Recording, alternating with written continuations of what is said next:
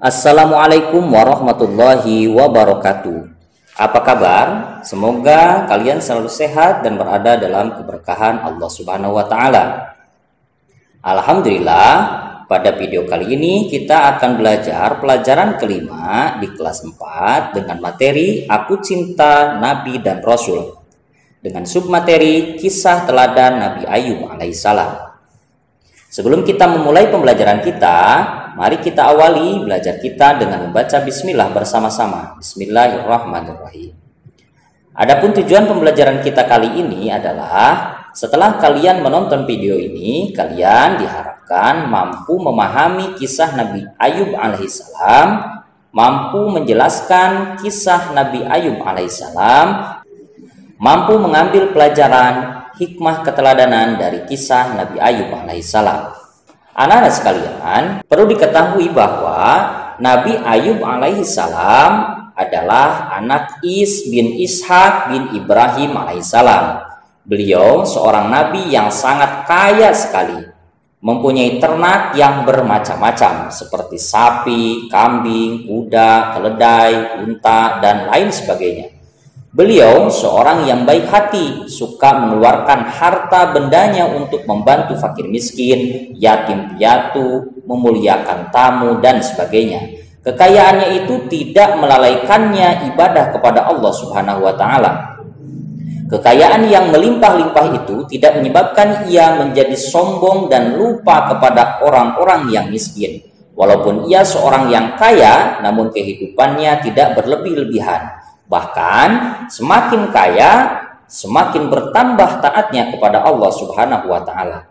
Dengan kekayaan yang banyak dan keturunan yang banyak pula, dia tidak makin kendor semangatnya untuk beribadah dan bersujud kepada Allah Subhanahu wa taala.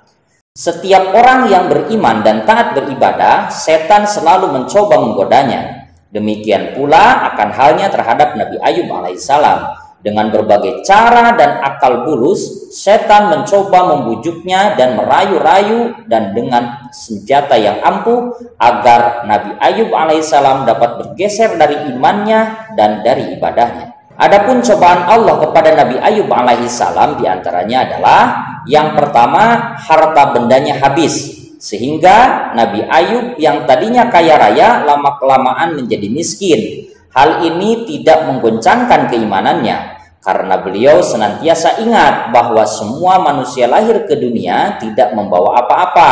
Kemudian Allah memberikannya rezeki dan Allah lah yang memberikannya kekayaan.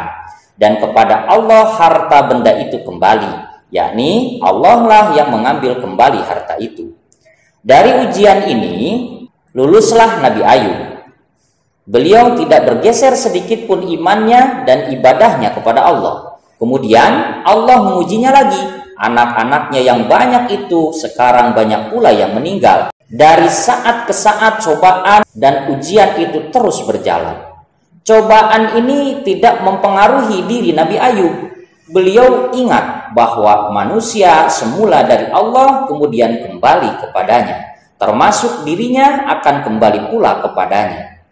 Cobaan itu diterima oleh Nabi Ayub dengan sabar. Kemudian setan berusaha dengan sekuat-kuatnya untuk menggoncangkan keimanan Nabi Ayub.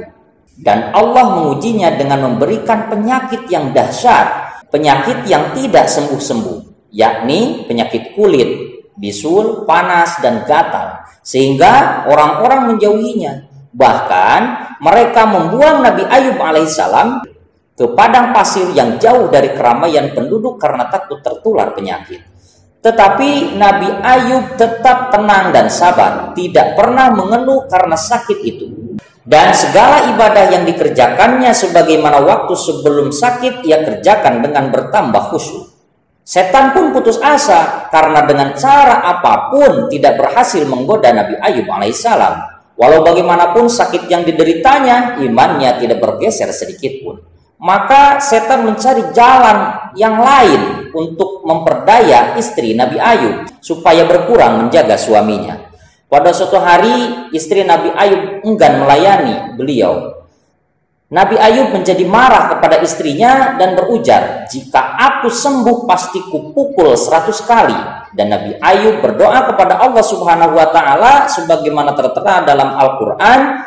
Ingatlah ketika Ayub menyeru kepada Tuhannya, "Ya Tuhanku, aku dapat penyakit dan cobaan yang disebabkan oleh syaitan." Dalam Quran surah Shad ayat 41.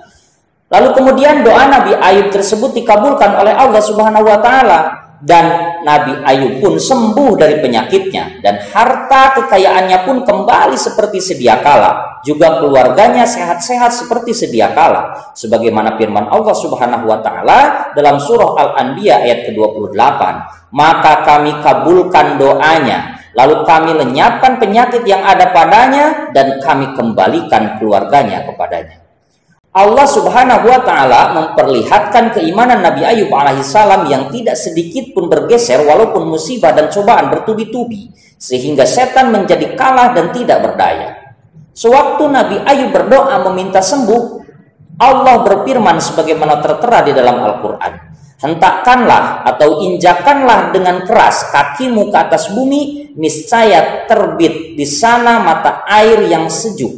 Maka mandi dan minumlah, lalu sembuhlah penyakitnya." Dalam surah Shad ayat 42. Setelah Nabi Ayub sembuh dari penyakitnya, kemudian Nabi Ayub ingin melaksanakan janjinya untuk memukul istrinya 100 kali. Maka hal itu diperbolehkan oleh Allah Subhanahu wa taala sebagaimana firman-Nya dalam Al-Qur'an, "Ambillah sekerat kayu dengan tanganmu, lalu pukullah istrimu dengan itu, maka tidaklah kamu melanggar sumpah. Sesungguhnya kami mendapat Ayub itu orang yang sabar. Dia sebaik-baik hamba dan banyak bertaubat kepada Allah Subhanahu wa taala." Dalam surah Shad ayat 44. Dengan demikian Nabi Ayub tidak menjadi memukul istrinya 100 kali pukul, tetapi lidi yang 100 itu dijadikan satu ikatan dan dipukulkan sekali saja untuk melaksanakan janjinya itu sewaktu beliau masih sakit. Sebenarnya istri Nabi Ayub alaihissalam adalah wanita yang solehah. Ia berbuat sesuatu bukanlah karena tabiatnya yang jelek, namun karena digoda oleh setan, dan Allah Subhanahu wa taala Maha Pengampun lagi Maha Penyayang. Kemudian tidak lama Nabi Ayub mempunyai banyak anak. Di antaranya anak laki-laki bernama Bashar atau Basir yang digelari Zulkifli, yang pada akhirnya menjadi seorang nabi pula. Anak-anak sekalian, apa keteladanan daripada Nabi Ayub alaihissalam berdasarkan kisah tersebut? Yang pertama, Nabi Ayub alaihissalam memiliki iman yang kuat, sehingga setan pun tidak mampu menggodanya. Kaya atau miskin merupakan ujian bagi manusia, sebagaimana firman Allah Subhanahu wa taala, "A'udzu billahi minasyaitonir rajim. Bismillahirrahmanirrahim. Wa nabluukum bisyarri wal khairi fitnah wa ilaina turja'un." Kami akan menguji kamu dengan keburukan dan kebaikan sebagai cobaan yang sebenar-benarnya, dan hanya kepada kamilah kamu dikembalikan. Dalam surah Al-Anbiya ayat 35.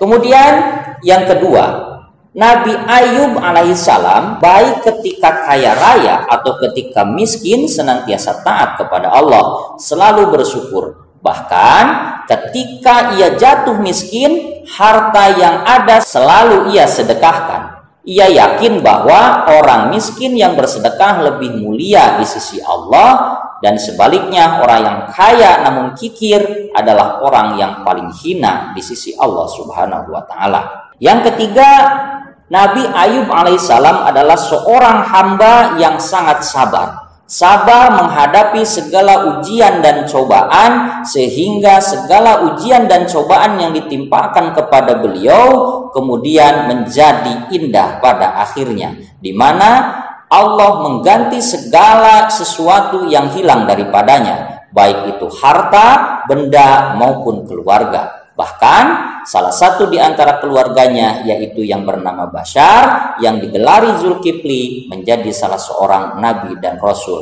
Nah, anak-anak sekalian, sebelum kita mengakhiri pembelajaran kita, silahkan kalian jawab pertanyaan-pertanyaan berikut ini. Yang pertama, ujian apa sajakah yang dialami oleh Nabi Ayub alaihissalam? Kemudian, bagaimana cara Nabi Ayub alaihissalam dalam menghadapi ujian yang diberikan oleh Allah kepadanya?